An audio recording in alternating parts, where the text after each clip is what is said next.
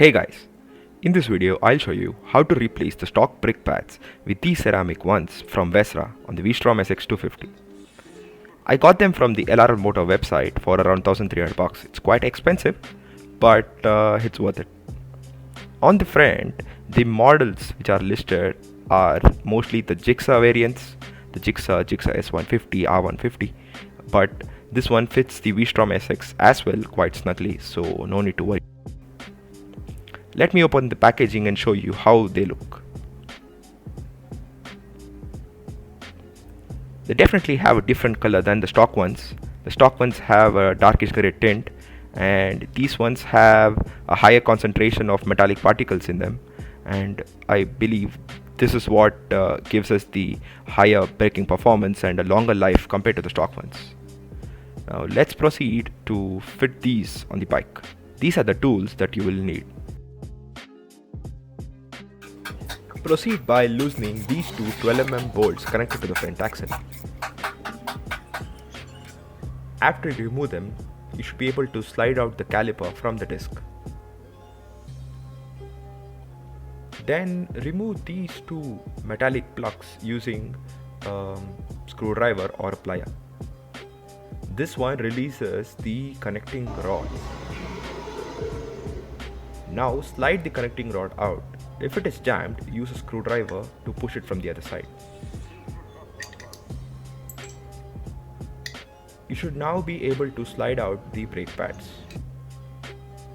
Avoid hanging the caliper and instead place it on the disc pad, because hanging them might damage your hydraulics.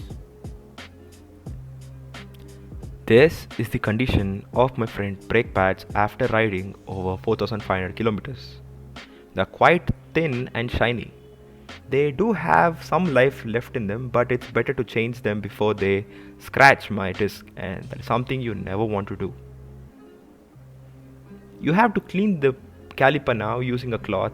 This is quite important because the next step is pushing the pistons back in. The pistons are covered in the brake pad dust, and pushing them in with the dust might damage the internal rings. After cleaning, you can now push the pistons back in. To do this, you can either use the old brake pads and then wedge a screwdriver in between them to push it back, or you can use the wrench and the rubber mallet to slightly tap the pistons back in. Any way works, but be gentle while doing this because you might damage the O-rings inside. Once you have pushed the piston all the way through and have made enough space for the new brake pads, check for the metallic spring in the calipers. They are quite prone to fall out while removing the old pads. If they do, don't worry, just simply attach them in the right direction as shown. Place the new brake pads in their positions and then slide the connecting rod through them.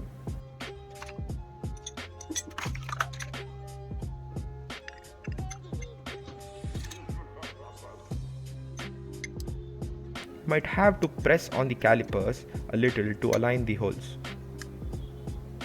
Once done, align the metallic clip holes on the connecting rod such that they are facing on the bottom side. Insert these clips in both the holes on the connecting rods. This is quite important because if you miss this, the rod might slide out and that can be quite dangerous. Once you are done, reattach the caliper onto the disc. Make enough spacing between the new disc pads and slide it through. If you're facing difficulty, that means the pistons are not all the way in. Then you might have to remove it and redo it again. Once you push it on the disc, just reattach the 12mm bolts and tighten them up. Don't tighten it too much or you might crack the front axle. Lastly, you have to pump the front brakes at least twice or thrice so that the pistons go and settle onto the new brakes. That's it guys, you're done. Ride around 20 kilometers with progressively increasing braking strength to break in your new brake pads. That's too much of brakes in one sentence, but anyway, that is quite required before you get the highest performance out of them. I will post a detailed review or so after I ride a little more longer and in different terrains, and then I'll keep you updated.